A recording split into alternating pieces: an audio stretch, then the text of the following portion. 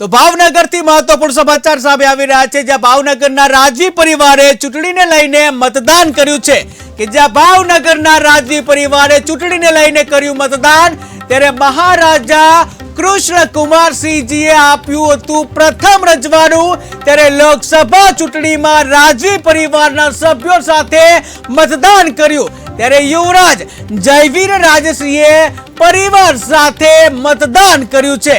तो महत्वपूर्ण समाचार सामे આવી રહ્યા છે ભાવનગરમાં કે જ્યાં મતદારને જે મતાધિકારને પોતાની રાષ્ટ્રીય ફરજ સમજી અને મતદાન કર્યું છે, ત્યારે ભાવનગરના રાજવી પરિવારે ચૂંટણીને લઈને મતદાન કર્યું છે।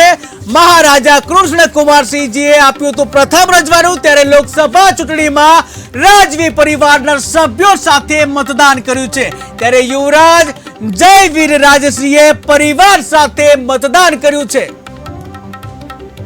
જ્યારે આપણે ભાવનગરના પાવન અને પવિત્ર ધરતી ઉપર ઊભા છીએ, આપણે યાદ રાખવું જોઈએ કે લોકશાહી લોકતંત્ર આ દેશમાં અહીંયાથી ચાલુ થયું। જ્યારે પ્રજાવત્સલ્ય અને એક નામદાર મહારાજા કૃષ્ણકુમારસિંહજીએ સૌ પ્રથમ એમનું રજવાડું ભારત દેશને સોંપી દીધું।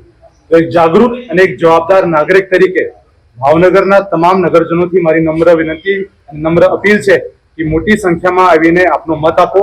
આપનો હક છે, આપનો અધિકાર છે। અને આજના યુગમાં પ્રજાવત્સલ્ય મહારાજા સાહેબે જ્યારે રાજ્ય આપ્યું એની પછી અમે રાજા નથી, એક વ્યક્તિ રાજા નથી, સર્વ નગરજનો સાથે રહીને રાજ કરીએ છીએ અને અમારા હાથમાં છે કે અમારા ઉમેદવાર તરીકે કોણ લોકસભામાં પહોંચે। તો આ મોટી જવાબદારી છે। હું એટલું જ કહેવા માંગુ છું કે જેટલી મોટી સંખ્યામાં આવી શકો એ ભાવનગર માટે સારું। આજે જ્યારે